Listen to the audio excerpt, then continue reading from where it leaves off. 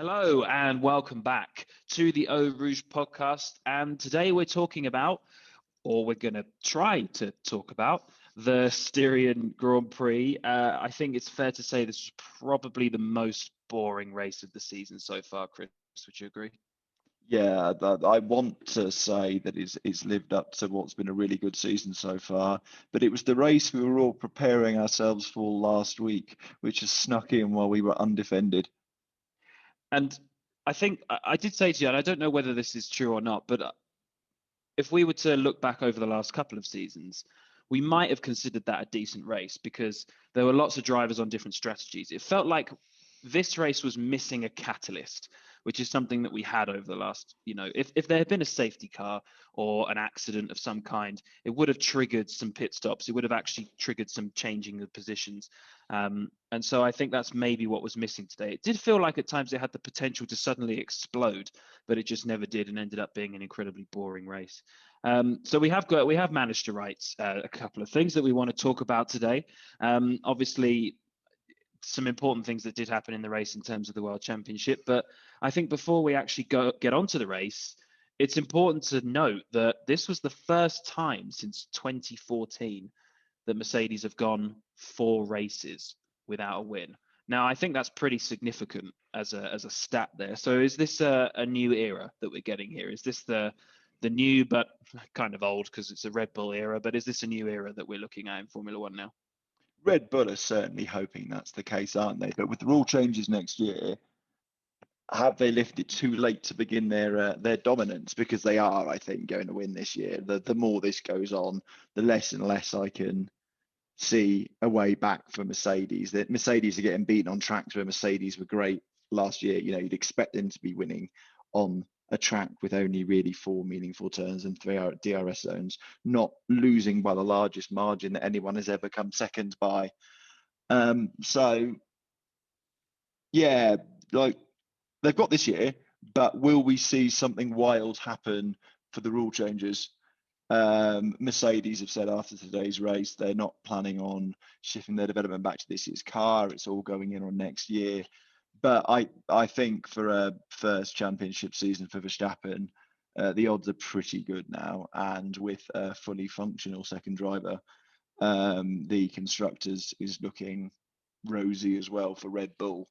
Yeah.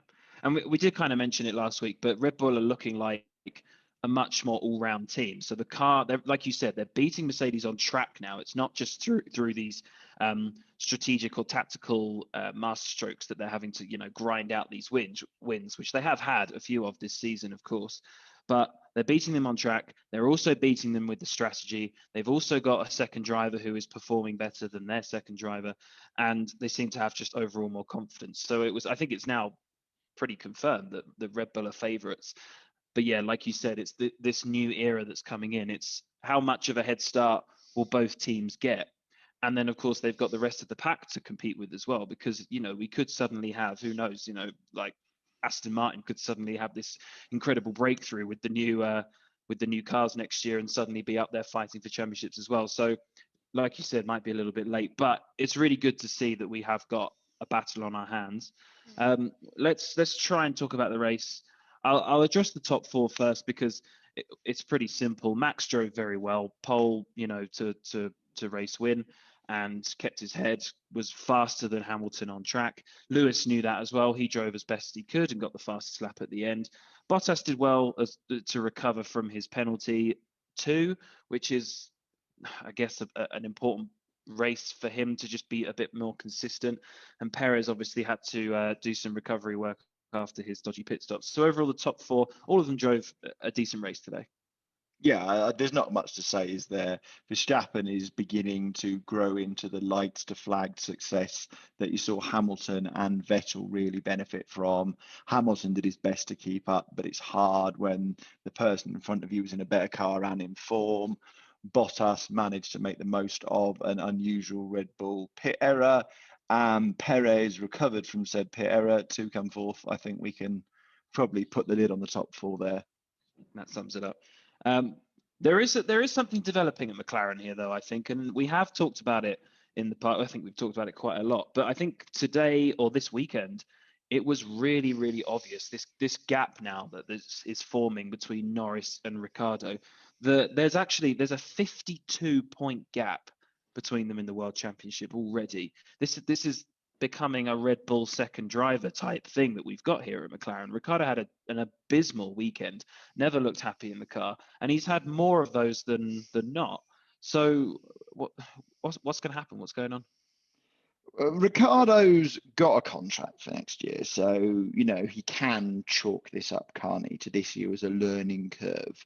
And he's only had 2 non-point scoring finishes, but they've all been, he's not finished any higher than 6th, while his teammates taken 2 podiums, a 4th place and 4 5th places. Like, Norris is genuinely developing into a really promising prospect. Would I go as far as to say Lando Norris is looking like the driver we thought Leclerc was a couple of years ago?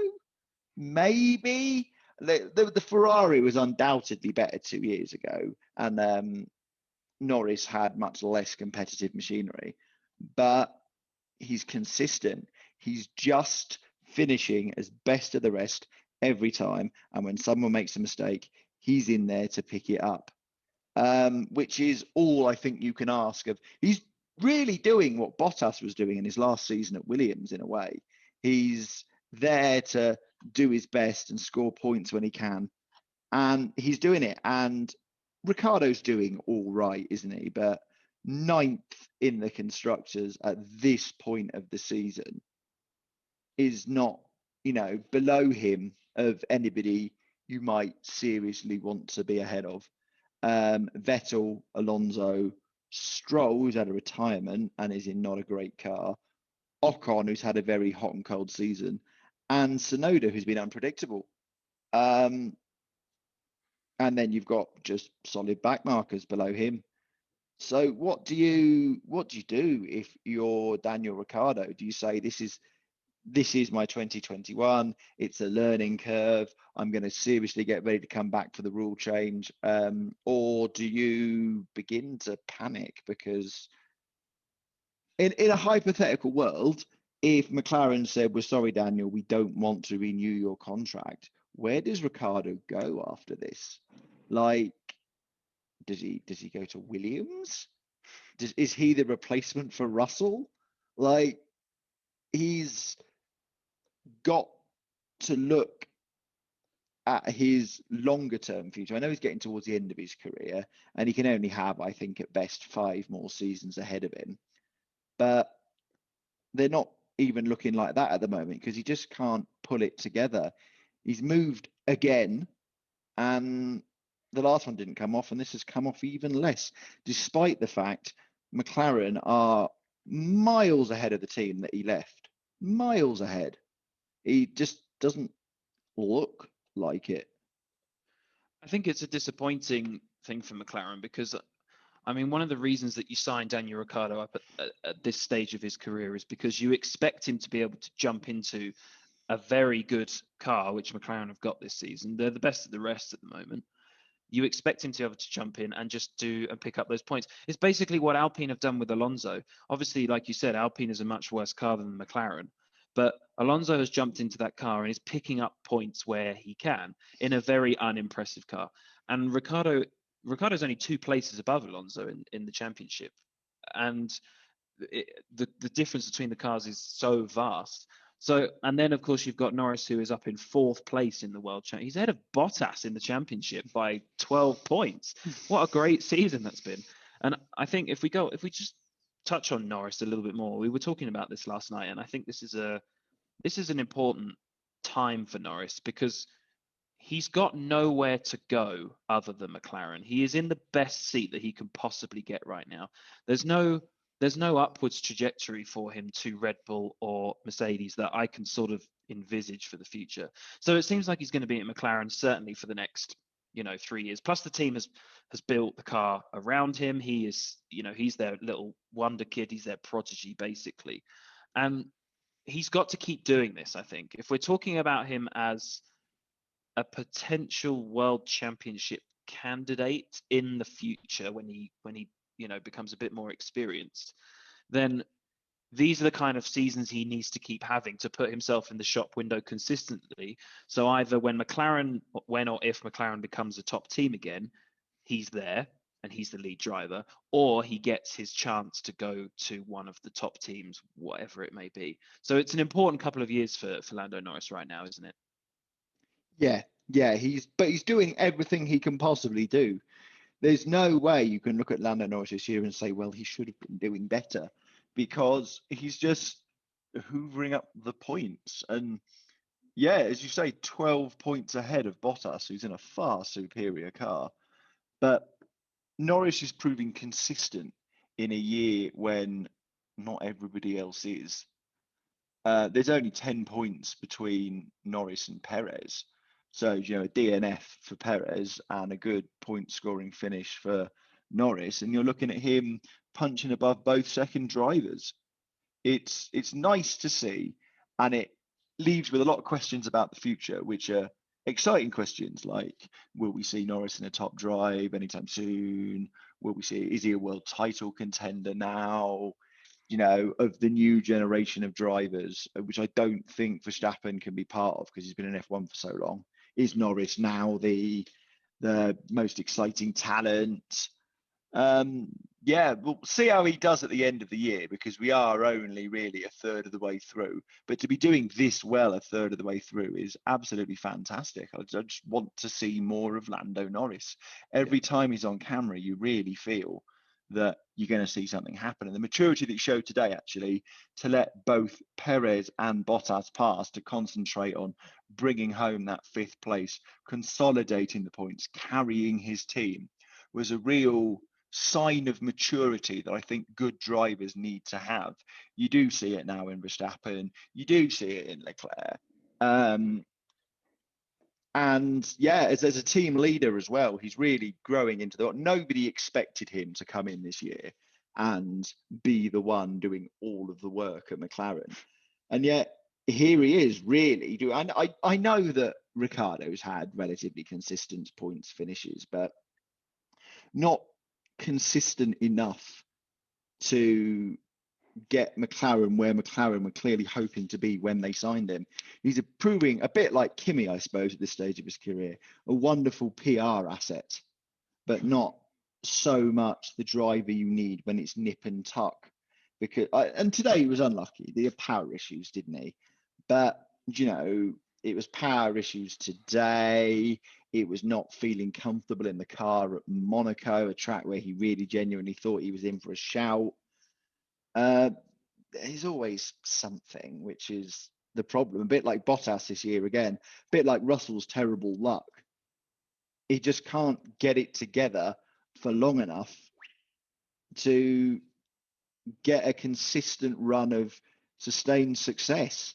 And it's costing him his reputation at a really rapid pace. Like, I tried to be nice. At the start of the year, I was like, yeah, Ricciardo, he's overrated. You'll all see. And now that he's really struggling, I'm trying to say nice things about him. It's just not as easy as it once was to say, well, look at this. Really, he's putting in a lot of work, isn't he? Back in Woking, a lot of simulator work, a lot of talking to engineers, but it's not going anywhere. And it's not a Sebastian Vettel situation where this is teaching the engineers as much as it's teaching him.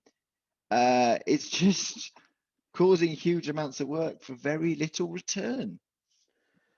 That's the thing. He's got to push through this phase. It's a long phase that he's going through, but he's got to get through this. Like, he has to make sure that there is a moment where he recaptures, because what we've seen so far is when he's had some dodgy races, I don't know, two dodgy races in a row, he has a decent third race. It's not a spectacular third race, it's a decent third race, and you think, okay, the green shoots of recovery are there, and then he falls back down again. And like you said, power issues today, because he had a very good start. He got well up into the points from the start. He gained like 4 or 5 places at the beginning, but then the power issues led him down, back to below the points finish. But like you said, it's one thing after another, and it's a little bit concerning. But we'll see how it goes for the final sort of 2/3 of the season. So Ferrari, let's talk about Ferrari today, because they ended up having a pretty good race after a not so good weekend. It seems that Leclerc has got driver of the day, which maybe does seem like a bit of a weird choice, but sixth and seventh in the race today, I still think is a very, very good result for a team that have not been looking their strongest over the last couple of weekends. No, it's real sort of bizarre highs and lows for Ferrari, because after that second place in Monaco, you thought, oh, right, pole position, a second place, like they're really onto something here. Is this the Ferrari revival? And then they had a dreadful time at France last week. And it's just been all over the place. Like, it's hard to say what Ferrari is going to turn up from week to week. And I do not know what Leclerc was doing getting driver of the day. He was involved in that incident that ended Gasly's race at the first couple of corners, took a bit out of Raikkonen, just seemed a bit sort of erratic. He did well to climb through, but did he climb through as a result of attrition and tyres?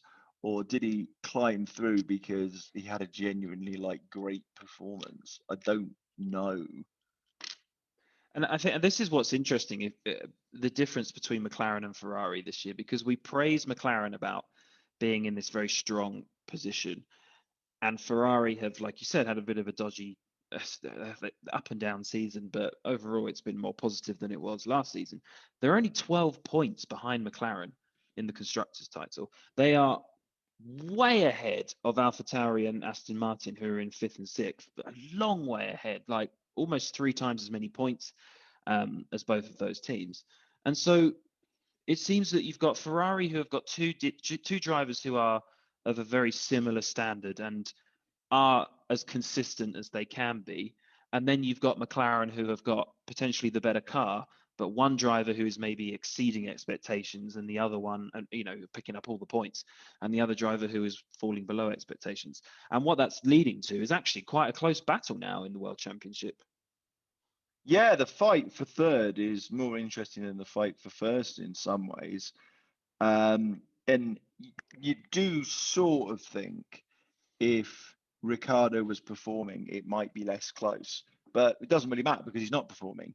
And Mm-hmm. what you've got is the two, because I do think you're right, the two Ferrari drivers are very closely matched. Sainz is really proving himself to be the utility driver every midfield team is looking for.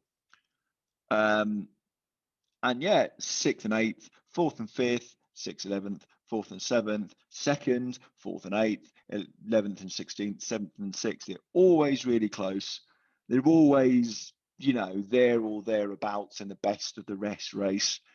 And it's helping Ferrari have a more successful season, because I think it's difficult to go from as abysmal as they were last year, and they were terrible last year, to getting back into third. But they're making real steps, and you wonder if they can just improve with those rule changes. Are we going to see Sainz and Leclerc competing for wins again?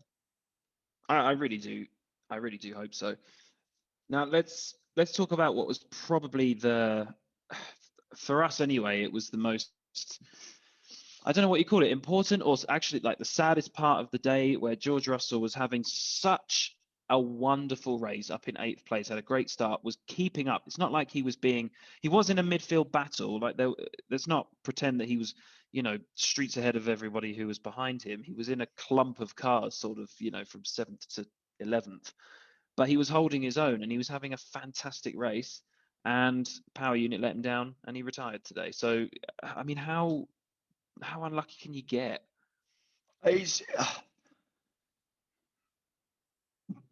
Does it matter? If Russell keeps doing this, if he begins to really make that Williams look like a midfield contender for the rest of the season, he's going to be out of there. And if Mercedes don't take him, somebody else is going to take the punt. I think Red Bull is stitched up for next season, but would McLaren be like, "Oh, let's get in there"? I suppose there's anybody better. Ferrari won't change their driver lineup, but you do wonder, if he just keeps doing this, surely he's going to get Bottas's seat. I know Bottas says it's all wild speculation and nobody's really talking about Mercedes, but someone's going to make a decision soon.